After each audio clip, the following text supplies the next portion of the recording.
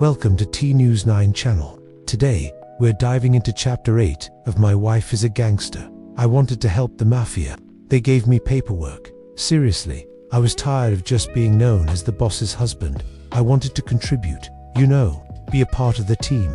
So one morning, I gathered my courage and walked up to my wife. I want to help the family business, I announced. She looked up from her coffee, a flicker of surprise in her eyes, which quickly turned into amusement. A slow smile spread across her face. "Okay," she said, and I felt a little thrill of excitement. This was it, my chance to prove myself. About 5 minutes later, a mountain of a man walked into my office and unceremoniously dropped a stack of folders on my desk. And when I say stack, I mean a tower. It was huge. I cautiously opened the top folder. Receipts. The next one. Ledgers. Then spreadsheets. My heart sank. I flipped through page after page, a dizzying blur of numbers swimming before my eyes.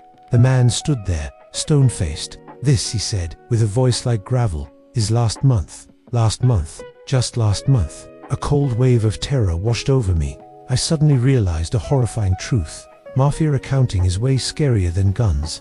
At least guns are straightforward. They do what they're supposed to do. But numbers are sneaky. They lie. They hide things. This was a whole different kind of battlefield. I spent the entire day hunched over that desk. My eyes burned from staring at tiny figures. I was checking totals, cross-referencing invoices, and seriously questioning every single decision I had ever made that led me to this moment. Around noon, my wife strolled past my open door. She paused, glanced at the chaotic mess of papers, then at my frazzled expression, and let out a laugh. But it wasn't a mean, evil laugh. It was warm, genuine. She pointed a finger at me, a playful glint in her eyes. "This," she said, "is exactly why I married you." I looked up, completely bewildered. "For torture?" I asked. She just smiled, that enigmatic smile of hers. "Trust," she replied, before walking away. Trust. The word echoed in my head. By the end of the day, my brain felt like scrambled eggs. My back was screaming in protest. My soul was packed and ready for a very long vacation. But I'd done it. The numbers were clean. The books were balanced.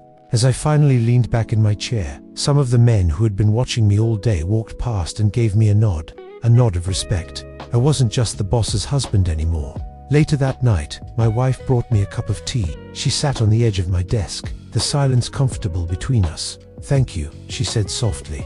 I managed a weak smile. It turns out, I didn't need a weapon to be useful in this family. All I needed was a calculator. Next, they said they had even more work for me.